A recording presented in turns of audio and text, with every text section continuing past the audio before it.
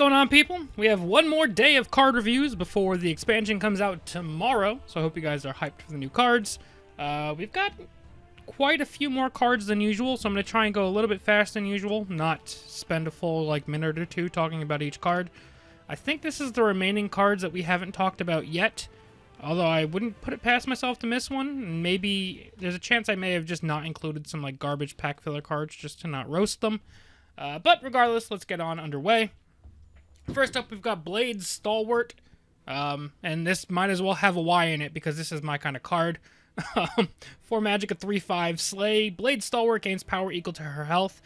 So not only is this a decent Slay card, just as it is, trade into a 3-drop, even if you go down to a 3/2 or a 3/1, you go up to 4 or 5 power afterwards and helps you trade again. I think that's a solid kind of card, and a lot of the Slay 4-drops aren't that good. So this card can fit nicely into a Slay deck. And then that's not even counting some of the more memey potential of dumping Imperial Armor on her and then using Quicksilver Crossbow or something to ping a target. And then she would gain 11 attack right away, and then you can attack for 14 on turn 5. So I think she's actually a pretty solid card, and she's the kind of card that I love. The attack is slightly low for a 4-drop, but she has enough health to where she can trade with a lot of current 3s and 4s, and then afterwards she scales pretty well. So I think at a minimum this is a 3-star card. It's got potential to go up to 3.5. There's a lot of potential with this card. The only thing that could prevent this card from being decent is if there's enough 4 health creatures coming down to where she can't trade into them, and then that could potentially hold this card back. Next up, we've got Marauder Chieftain. I think this was one of the last cards that got revealed before the dump. 4 magic, a 1/5, gives a friendly creature +1/+0, and then whenever another friendly creature gains power, this card gains that much power. So right off the bat, it buffs another creature by 1 attack, which will then in turn buff this card to 2 attack. So unless you're playing it on an empty board, you might as well call this a 4 magic, a 2/5. And even if you don't have... Actually, it's always a 4 magic, a 2/5, because even if you don't have another friendly creature, you can play it on itself. It's fantastic for these self-harm warrior strategies, which got a decent amount of help this expansion. I don't think you run this in most normal decks. You need to be either that self-harm warrior kind of thing, or you need to be an item deck, because items do count as gaining power. That being said, this card has a pretty high power ceiling, even if a 2/5 for 4 isn't that great. There's a lot of easy ways to buff this, and it has been confirmed things like Divine Fervor, Resolute Ally, or Clan Captain all trigger this card. So even temporary attack buffs will get fed into Marauder Chieftain. So I think this is a 3.5-star card. Again, it doesn't fit into a lot of existing decks, but I think a lot of decks can tweak themselves to make use of this card. Next up, we've got Doomed Adventurer. I know this card looks pretty garbage, but I think it's better than it looks. It's a 1 magic, a 1/1 that gives a random creature in your hand +2/+2, which is already pretty solid. And if you're running it in I'm envisioning a mid-range Necromancer Spellsword kind of thing that runs both the Odernarin Necromancer as well as the Apprentice Necromancer, because Apprentice Necromancer can pull this guy back, and that's recycled +2/+2 hand buffs. And then those +2/+2s also could potentially hit your Odernarin, which can pull back 4 attack creatures instead of 2. So I think it would be just a cyclical kind of thing. That being said, I think this isn't a super fantastic 1-drop, and it won't see play in many decks. But I think this is, at a minimum, a 2-star 1-drop, and Apprentice Necromancer synergy might be good enough to buff this to 2.5 stars. But at a minimum, I'd say this is a 2-star 1-drop. If it was a 2/1, this card would be incredible. But as a 1/1, it'll struggle a little bit. Next up, we've got City Guard. Basically, Protector of the Innocent swapped. It's a 2 magic, a 2/3 with Prophecy and Guard. So it's Kavach Soldier with Prophecy. It's Barrow Stalker with Prophecy and no Drain. This is a solid card. It's defensive. Not every deck needs Drain. Not every deck needs 3 attack and 2 health. 2/3 can be pretty solid sometimes. I think this is a sneaky good card. It's not super flashy. It's not oh my god. But especially if you don't own the story to get Protector of the Innocent, City Guard is a pretty quality replacement. And I think No, it's Barrowstalker that I think that comes in a story. So this could be a quality replacement. I think this is like a 3-star card. Like, it's not going to build any decks, but it could be solid and fit into a lot of them. Next up, we've got Outland Patrol. It's a 3 magic, a 3/4. Give a random creature in your hand +1/+1. So a 3 magic, a 3/4 is like fringe playable, almost good enough. Random creature in your hand +1/+1 is not terrible, depending on the deck you're running. You're going to want to be running things like that Emperor's Assistant or whatever, the 2 magic, a 1/1 that buffs creatures in your hand based on its power and health. Additionally, you're going to want creatures that care about health, so either, you know, Necromancer, things like that, or even just buffing creatures in general is pretty solid. Is it enough to warrant running a essentially vanilla 3 magic, a 3/4 just for the hand buff? I don't know, but there may be enough hand buffs between this and the 1-drop and then that 2-drop that shares its own buffs. There may be enough there to try. I think this is probably one of the first cards that get cut from that deck if it winds up not being like a overall deck and just individual hand buffs get run. I think this is probably like a 2, maybe 2.5-star card. I do like the attempt at what they were going for here, though. Next up, there's Willow the Wisp. 2 magic, a 3/2 drain, and it's also a spirit for whatever that counts for. 3/2 drain, not bad. Is it worth running? I think it's going to struggle. If this had Prophecy, I think you'd run it all day, but it's probably way too good as a Prophecy. There's not a ton of defensive 2s in green, so if you're the kind of deck that needs some early game defensive options or some comeback mechanics, maybe this card could potentially make the cut. I don't think it's completely dead in the water. I just think that a lot of decks that are slower are going to leverage some of their other colors for their early game defensive options. However, Drain is just solid. I don't know. I feel like I'm kind of overlooking this card. Probably give this card like a 2.5-star rating. Like fringe playable. I don't think it'll necessarily make the cut. Spirit Tag isn't necessarily worthwhile, I should say. But it's interesting. Next up, we've got Mythic Dawn Acolyte. 5 magic, a 5/4. At the end of each turn, if you invaded, deal 2 damage. So the thing that's interesting about this text is it just says deal 2 damage, which means it could be to your opponent's face, to an opponent's creature. It can be anywhere you want, even a friendly creature if you want. So 5 magic, a 5/4 stats is for the cost, and is dealing 2 damage potentially every turn worth it? I think you'd need to have a solid board already when you play this, and then you would need a deck that can invade basically every turn for this card to be worth it. If you invade right away, a 5/4 that deals 2 damage is like, and you feel like okay about playing it. If you can invade 2 or more times, I think this card becomes like much better feeling. The only problem is dealing 2 damage isn't going to kill a lot of stuff in the mid game, unless maybe it like finishes off some trades. But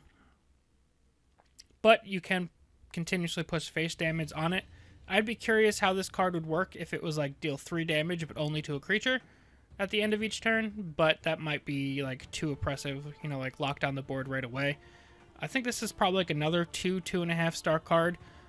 This could be the kind of thing that allows invade decks to keep control of the board while continuing to push damage. It's an interesting card at the very least. Next up, we've got Mythic Dawn Zealot.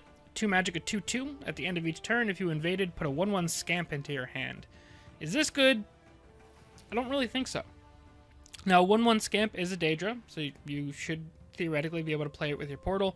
If your Portal's leveled up enough, your Scamp will be 0 cost, because I believe the Scamp is a 1-cost 1/1. So that could be okay, because you'd essentially be playing like a 0 cost 2/2 if your Portal's leveled up high enough. So that could be okay. But like, I don't know.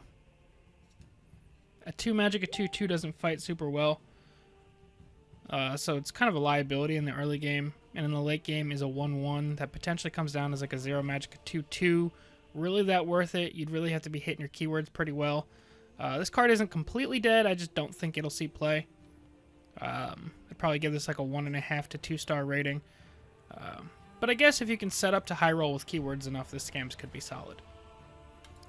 Next up, we've got Giant Slaughterfish. 4 magic of 3/3. Give all friendly animals +2 attack at the start of your turn. And that is a permanent buff. So I like this card quite a bit for my Animal Monk deck. There's not a ton of great 4s. You're running things like the Pilfer Wolf, which is great. But then like Moonlight Werebat is a bit of a like forced inclusion because there's not a lot of drain or other things.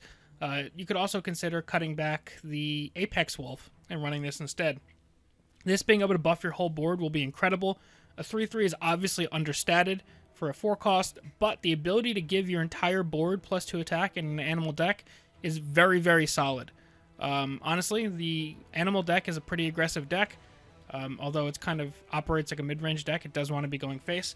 And having what is essentially half of an Elder Gleam Matron that could potentially trigger every single turn, I think is fantastic. This will fit great in that specific deck. In general, this card won't see much play. So as it is, this card is probably like a 2-star card, maybe 2.5 stars for how insane the effect can be. But again, it's a very targeted deck it's going into. It won't fit into almost all decks. Next up, we've got Mountain Lion, a 3 magic of 4/3 with the summon gain 1 magic of this turn. So this is an interesting card because essentially the way you can think about this effect is this is a 2 magic of 4/3 that you only really get to pay quote unquote 2 magic of 4 if you have a follow-up play. So this is turn 3. When you play this, you need to have a 1-drop to play in conjunction with this card, or on turn 4 you need to have a 2-drop to play in conjunction with this card. And if you can satisfy that requirement, if you're playing an aggressive or mid-range deck and you get to play an extra card that you normally wouldn't thanks to Mountain Lion's effect, you get to go wide, you get to push a lot of stats, you gain some tempo on the board.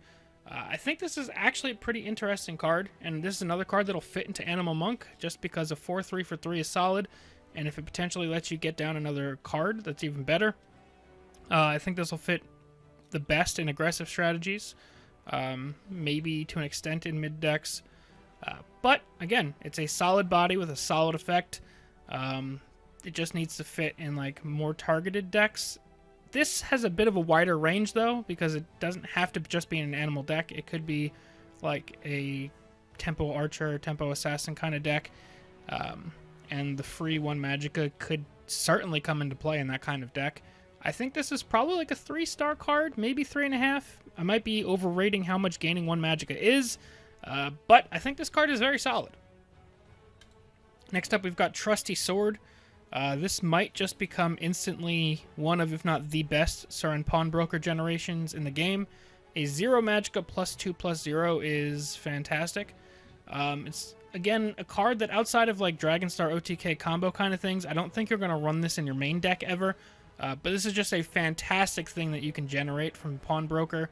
+2 attack for free is very solid.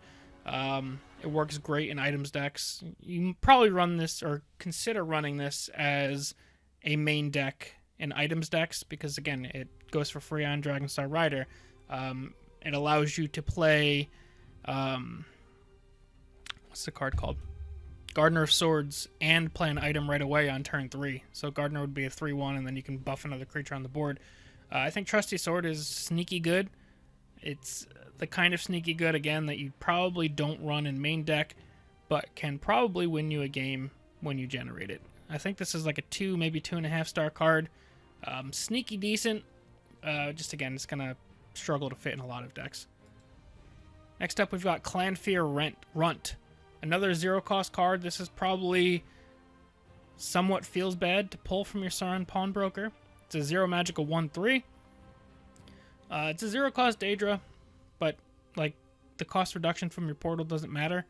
But if your portal's leveled up, this can come down as a 0 Magicka 2/4, which is Wily Kiva stats if your portal's level 2. So that's pretty solid. Maybe this fits into like an aggressive Invade deck as a 0-cost that can come down right away. But for all other decks, this is going to be a low roll from Pawnbroker and a card that you probably don't run in your main deck ever. Just again, if an aggressive Invade deck with yellow exists, Clanfear Runt can be an interesting inclusion for that just because the ability to come down as a 0-cost 2/4 plus keywords. I think that's enough to give this card like a 2-star rating at a minimum. I just don't know how good Yellow Invade is going to be to properly rate this card, though. Next up, we've got Umaril the Unfeathered. A 6-cost 6/3 with Guard, and when this guy leaves play, you summon him in the other lane silenced. So that means... It's interesting that it says leaves play. Because that makes me feel like he comes back even if he's banished. Otherwise, this would just be a last gasp that says, like, last gasp, summon this guy in the other lane silenced. So you got a 6-cost 6/3 with Guard, and when it dies, you get a 6-cost 6/3 silenced, and if it summons in the other lane, he'd get cover. So you're getting 12/6 worth of stats for 6 Magicka. I think this card is potentially very solid. The only thing holding this card back at all would be the 3 health, and the fact that it can easily be traded into. However, if you're playing this in like a mid-rangey or slightly aggressive mid-range deck, being able to drop this amount of stats down and know that even if your opponent removes it, you get another copy ready to go, potentially to attack again in the other lane, is definitely very solid. I think the health will hold it back a little bit, but I think it'll still be a pretty solid card in general. I think this is like a 3.5-star card, and maybe up to a 4-star if the 3 health winds up not being as much of an issue, but this game is so Ice Storm focused and Channeled Storm / Crushing Blow focused that 3 health will always be a concern, and that's why I'm going to bump it down to 3.5 stars. But I think this is an excellent card that could potentially be very, very strong. 12/6 for 6 is very good. And finally, we've got Sunken One, a 7 Magicka 5/7 with Ward. I think this is mostly an arena card. I think this card could be pretty solid in arena. But I don't think you ever want to run just a raw 5/7 Ward, especially when it costs 7. Even if it is a Daedra, you can get this down to 6 Magicka 5/7 Ward. And at that point, it would be a 6/8 with Ward. And even then, I'm not so sure that you run it. Like, if you could run Storm Atronach in your main deck, I don't think you do it. Usually. The only ways you really do that is if you can generate the Storm Atronach, so I think this card probably won't see play. But there is potential if you're getting enough random keywords that you toss 1 or 2 of these bad boys in your deck just to hope to high roll Charge or Guard with a 6 Magicka 6/8 Ward plus random keywords. So I don't think it's a completely dead card, but I think this is going to be one that you usually don't want to play. But just the stats alone is probably enough to give it a 2-star rating, and maybe higher if the portals wind up that powerful. But yeah, that's it, guys. That is all the remaining cards. We may have missed 1 or 2, but I don't think we missed anything important. Expansion comes out tomorrow. As usual, we'll start things with opening some packs and doing all that fun jazz.